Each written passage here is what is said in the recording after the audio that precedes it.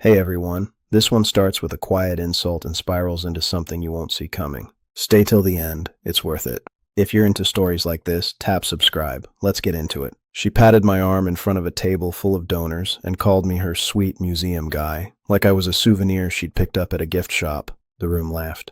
I felt my jaw tighten, but I kept my smile nailed in place. Then she turned away from me and started pitching her project like I wasn't even sitting there. My name was Gideon Rusk. I was 57 years old, and I lived just outside Providence, Rhode Island.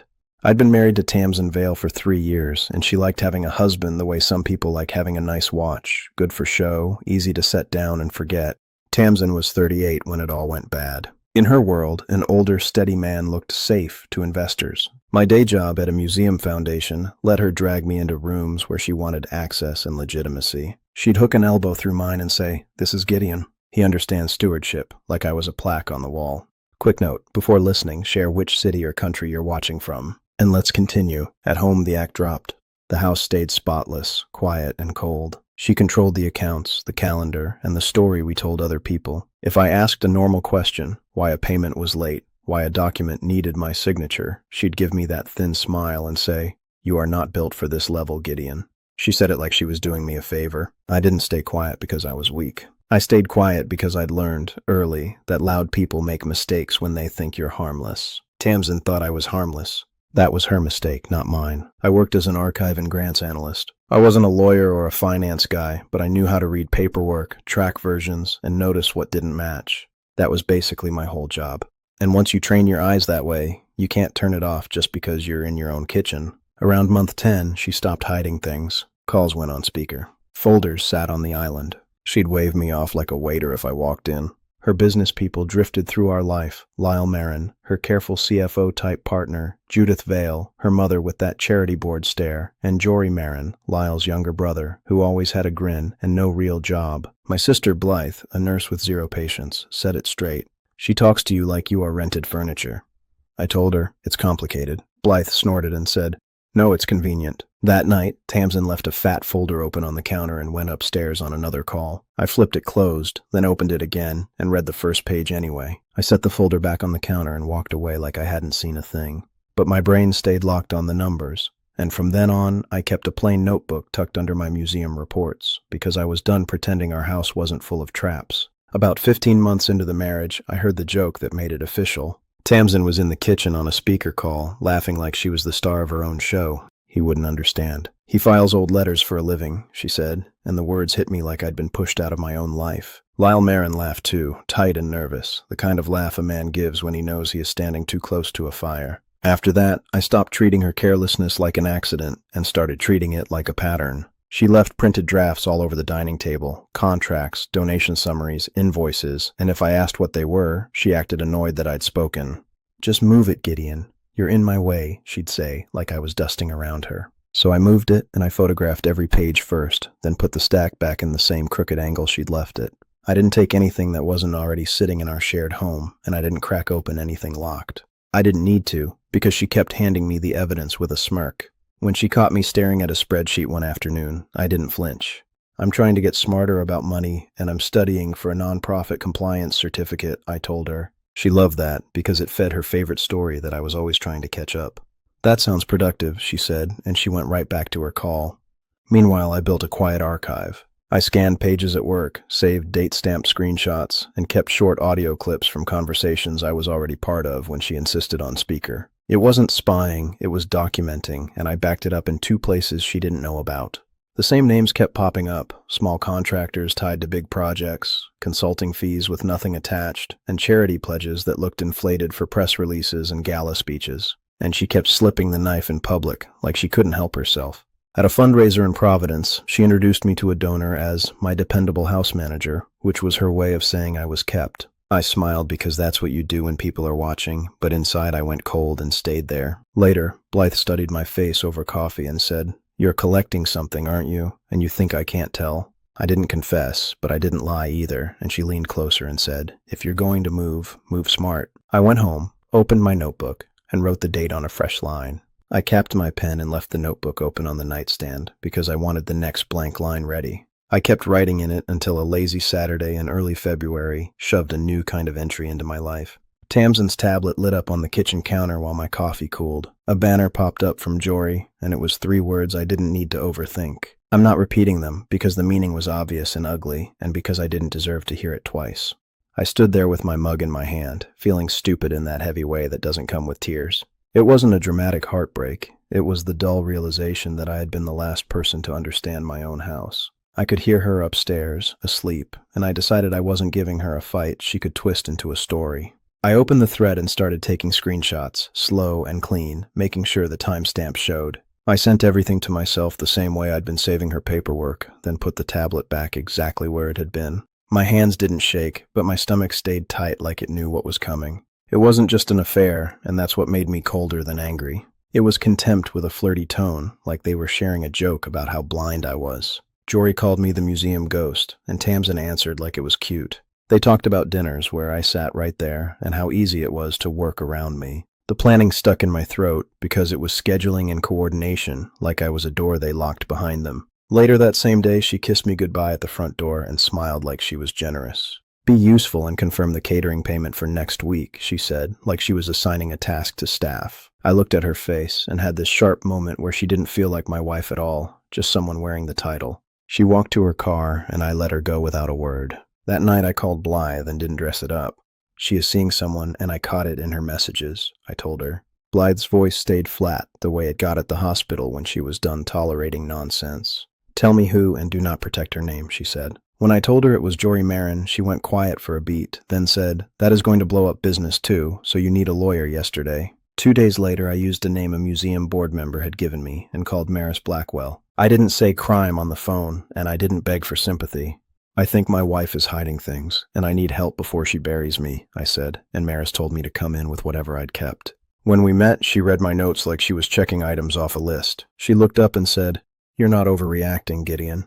You're late." That was when I knew this wasn't just a marriage ending, it was a structure coming down. I opened my folder on her desk and started handing her the receipts. Maris didn't react the way people in my life usually did when I showed them something ugly. She didn't widen her eyes or ask if I was okay, and she didn't say Tamsin's name like it carried magic. She just slid the papers into neat stacks and looked at me like I was a client, not a victim. She was in her early 40s, blunt and calm, with the kind of focus that made the room feel quieter. She tapped a pen against her legal pad and said, "Do you want out or do you want loud?" I didn't hesitate because loud was how you lose control and give your enemy a stage. Out, and I want it clean, I told her, and she nodded like that was the only acceptable answer.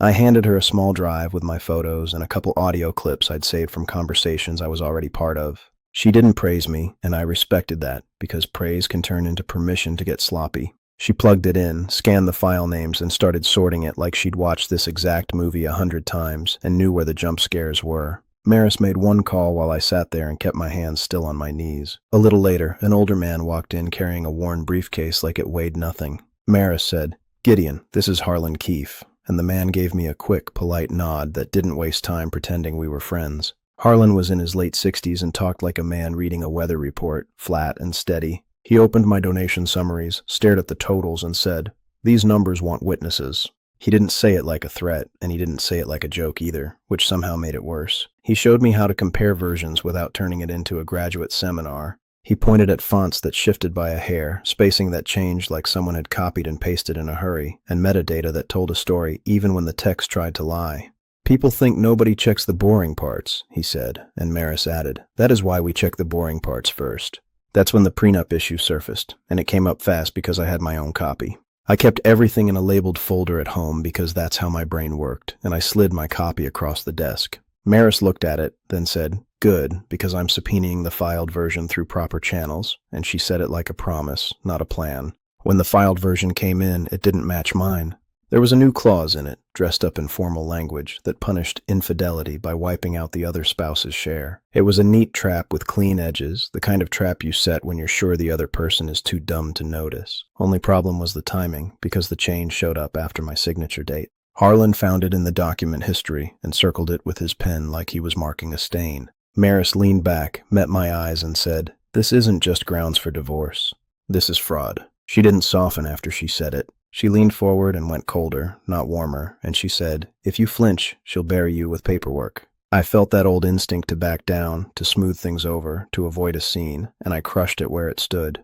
"I'm done flinching," I told her, and Maris nodded once like she'd been waiting for that sentence. We added a second layer right there at the table, because proving the prenup was altered wasn't enough by itself. Harlan started building a simple flowchart on a yellow pad, moving from project to contractor to consultant to account, and the arrows piled up fast. I asked, "What do I do about Jory?" And Maris didn't blink when she answered.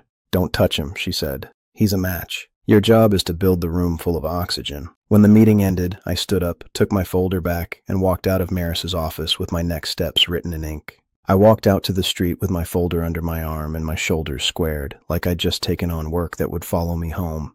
The air outside Maris's office felt too bright and too normal, and it annoyed me because my life wasn't normal anymore. I got in my car, set my phone to silent, and kept it there from that day forward.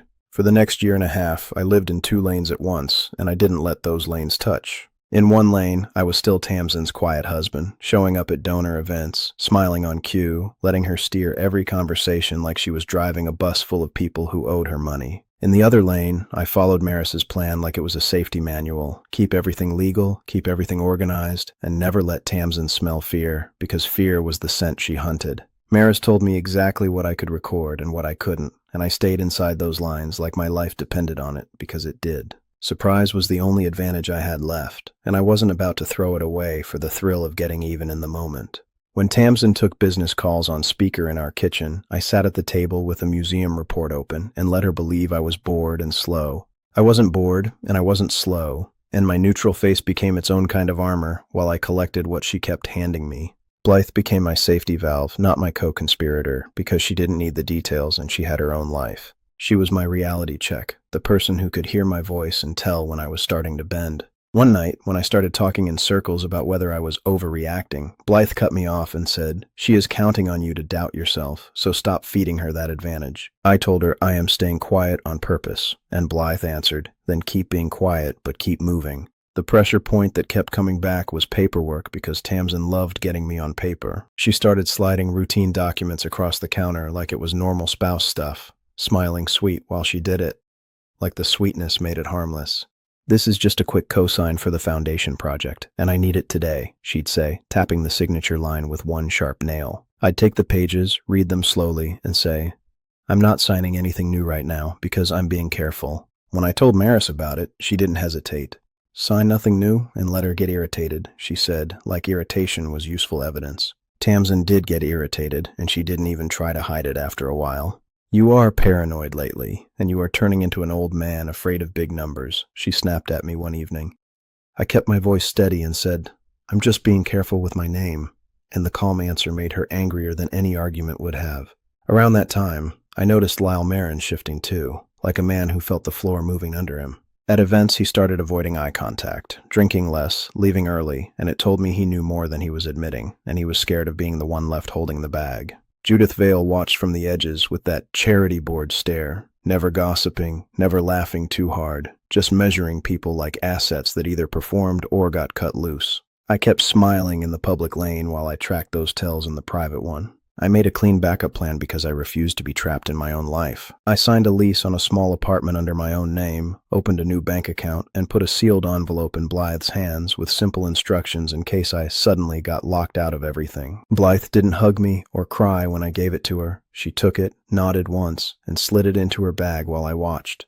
Blythe zipped her bag, and I didn't ask her to promise anything because she didn't need to. She walked me to my car like I was heading into surgery, then she pointed a finger at my chest and said, "Do not get sentimental on me when it gets ugly." I told her, "I'm not here to be sentimental," and I drove off with my hands steady on the wheel. About 6 weeks before our 3rd anniversary, Tamsin tried to get ahead of me. I didn't know that in the moment, because she didn't announce it like a villain, she just changed her flavor. She got sweet, too sweet, the kind of sweet that came with sharp eyes. One night, she slid in close on the couch and said, "We should do a weekend trip, just us, because we've been so busy," and her voice was warm in a way it hadn't been for months. Then she asked, casual, like it meant nothing, "Have you made any new friends at the museum lately, Gideon? Or is it still just old papers and quiet lunches?" I kept my face neutral and said, "Work is work, and I'm not looking for a social life there." She smiled like she liked that answer, but her fingers kept tapping my arm, like she was counting beats. The next morning, my receptionist at the museum leaned into my office doorway and said,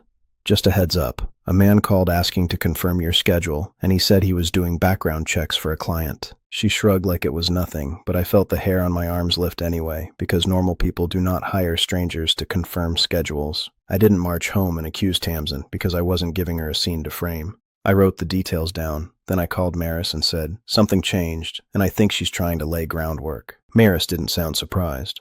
"She wants to plant a story that you were unfaithful," she said, "so that altered clause looks activated when she pulls the plug." Then she added, "She'll also try to whisper that you were unethical at the museum because reputations collapse faster than marriages." My twist was simple, and it tasted better than yelling. I documented the attempt, down to the time of the call, and the wording my receptionist remembered, and Maris drafted a quiet notice letter to the investigators' agency, demanding preservation of records. Maris told me, "That letter makes people suddenly remember ethics," and I believed her, because it had that clean legal sting that doesn't need a raised voice. Later, Maris showed me how it all connected through filings, phone records, and one very nervous call from Lyle. But in the moment, all I needed was the proof that Tamsin was hunting. Harlan tightened our package while I kept playing quiet husband. He pulled together a clean comparison of the prenup versions and a short readable summary of the money trail. No fancy language, just who paid whom and when. He slid the pages across the table and said, "This is the part juries understand, and this is the part judges get impatient about," and I took that as a compliment. Around the same time, I stopped drinking at events, which felt small, but mattered more than I expected. Tamsin liked me a little dulled, and sober me remembered every comment and every face when the room shifted. Lyle reached out indirectly through a mutual contact like he was testing the water with a stick. The contact said, "Lyle asked if you were okay, and he sounded nervous," and I could hear the real question under it. I told the contact, "Tell him I'm fine, and tell him nothing else," because that wasn't kindness from Lyle, it was self-preservation. Then, at a fundraiser, Jory showed up like he belonged, wearing a suit like a costume and grinning too wide. He leaned toward Tamsin and called her partner in that loud, joking way that wasn't a joke at all. Then he looked at me like I was a coat on a chair. I didn't blink, I didn't drink, and when I got to my car, I opened my notes and typed every detail before I started the engine. I started the engine and drove with my notes still fresh in my head, keeping my face loose in case anyone saw me at a light. By the time I pulled into our driveway, the anger had already settled into something sharper, like a tool laid out on a table. I walked inside, put my phone back on silent, and let the house look normal while I kept working the plan in my head.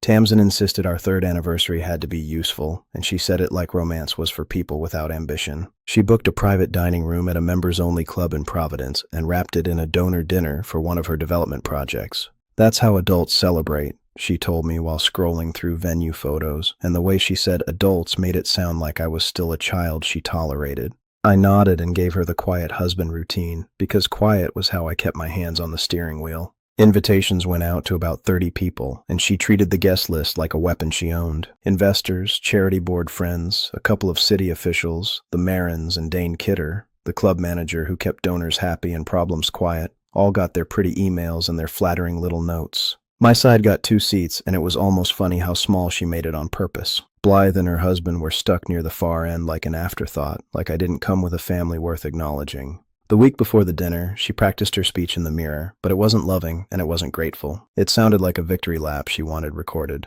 "People love a power couple," she said, watching her own mouth shape the words. Then she turned her eyes to me in the reflection and added, "Try not to look confused," like my job was to make her shine and nothing else. I did my preparation quietly, the way I'd been doing everything that mattered. Maris scheduled her arrival with 2 associates at a specific time, and she made it clear it was about precision, not drama. Earlier in the week, she'd already delivered a sealed packet through proper channels, so the paper trail would be locked the second we pulled the trigger. Harlan finalized the exhibits and kept them readable on purpose: the prenup comparison, the document history proof, and a clean index of the financial trail that didn't hide behind fancy language. We also prepared the blast carefully because I refused to let Tamsin dismiss it as gossip.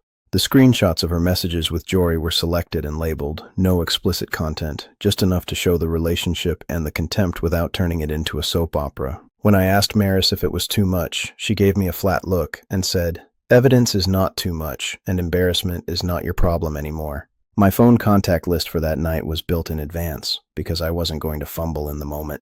Every guest who RSVP'd got a saved number through the invitation chain, and I organized it like a file cabinet. One button and one send, and the room would have no choice but to read. The folder itself mattered too, so I used a plain, boring binder, nothing theatrical and nothing shiny. Maris approved it immediately and said, "Let her be the dramatic one, and you be the man holding the receipts." Blythe asked me straight when we met for coffee the day before. "Is this the night you finally stopped taking it?" she said, and her voice stayed steady. I didn't play coy because she deserved honesty.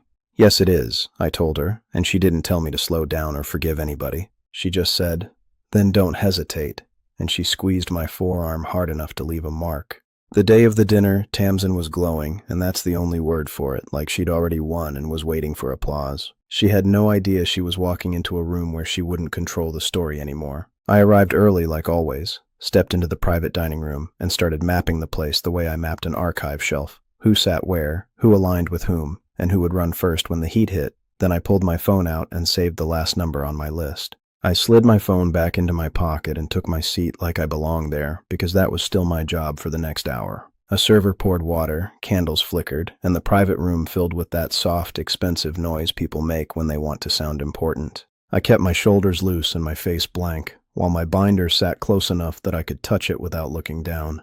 The dinner started smooth, exactly the way Tamsin liked it, with speeches that sounded rehearsed and polite laughter that didn't quite land. Everyone was there for her. Not for love, and you could hear it in the way they laughed a half-second late. I sat beside her like a prop, because she always did better when she could show me off and ignore me at the same time. All night, I watched the Marins and the veil glare that ran that side of the room. Lyle looked tense in a way he couldn't hide, jaw tight, eyes darting like he was checking exits even while he smiled. Judith Vale looked calm in that scary, measured way, like she'd already done the math on who was disposable and who was worth saving. Jory wore a suit that never quite fit him, and he kept slipping Tamsin looks that didn't belong at a public table, like he forgot other people had eyes. Between the main course and dessert, Tamsin stood up with her glass and that practiced shine on her face. She talked about 3 years of partnership and how she'd carried our household with discipline, like our marriage was a business she managed for my benefit.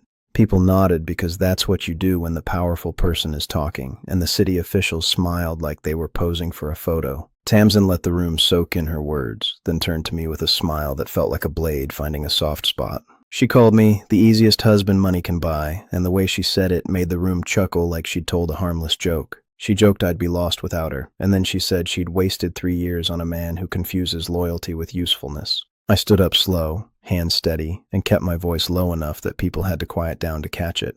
"Funny you bring up usefulness," I said, and I slid the binder across to her right over the linen like it weighed nothing.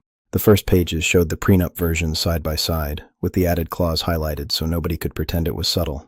The next pages showed the file history change after my signature date, clean and plain, the kind of proof that doesn't care how charming you are. I watched her eyes move fast, then sharper, then angry, as she realized what she was looking at. She tried to laugh it off and keep control, so she held the binder like it was a prop.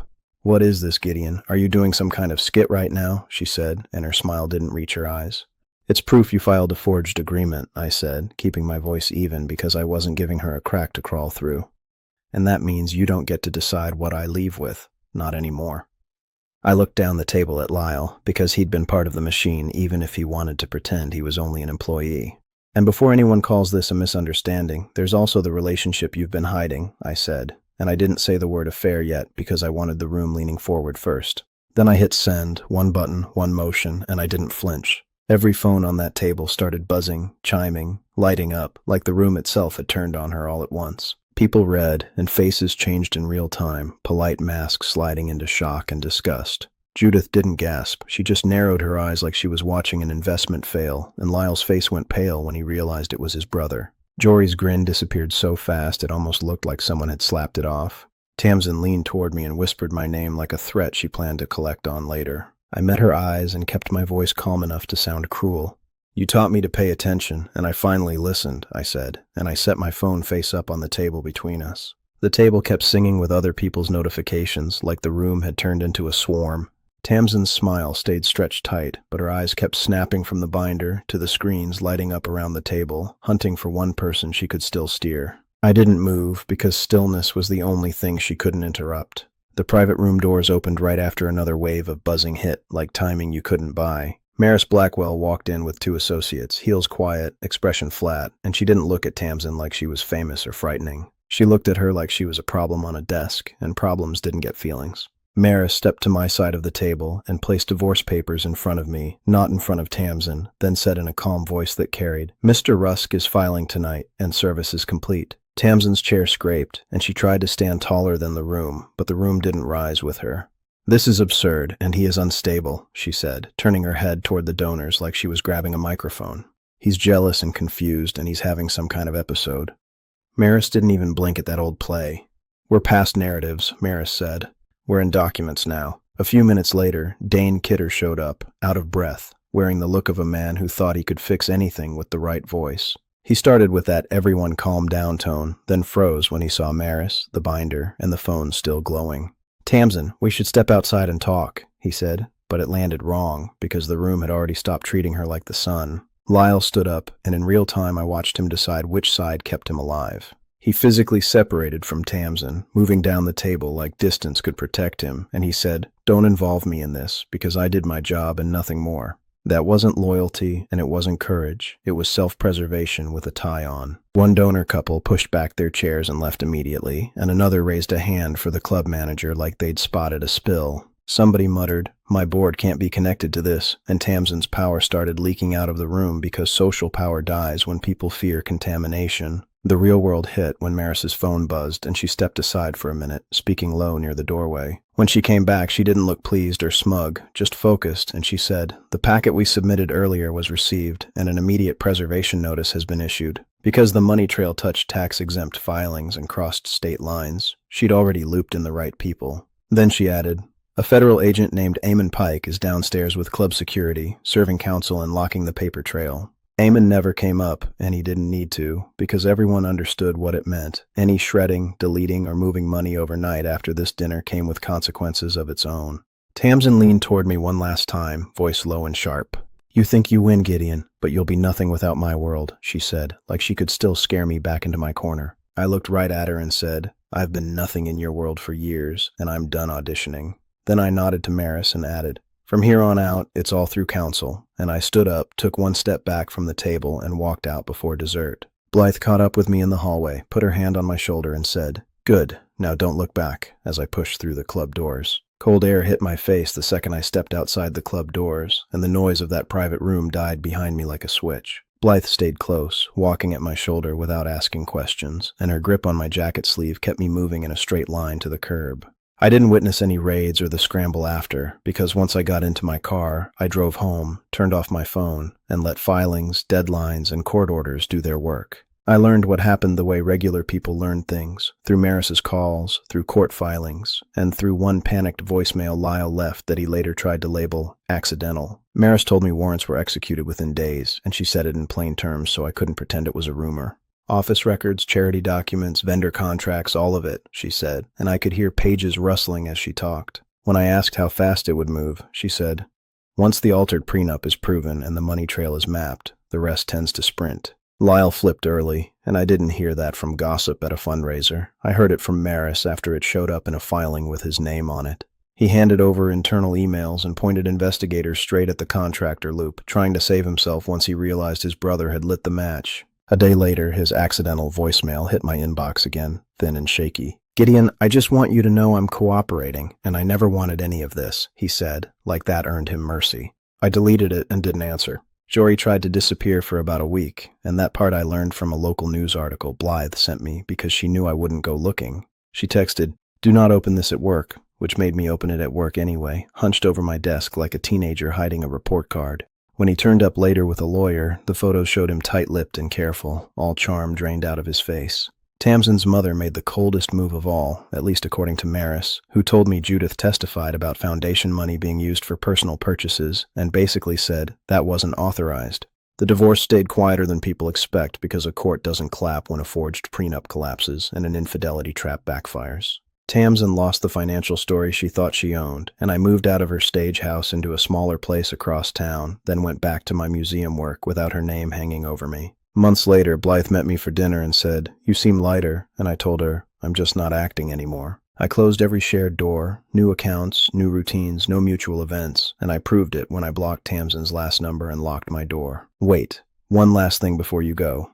If you were in my shoes and found proof your partner was setting traps and rewriting reality, would you expose it publicly to protect yourself, or walk away quietly and let them keep lying? If you've got the hype feature, tap it to support this video and help it reach more people. Then please subscribe and hit like. It's one click and it matters a lot. And drop a comment, even "good story," or tell me what you would have done.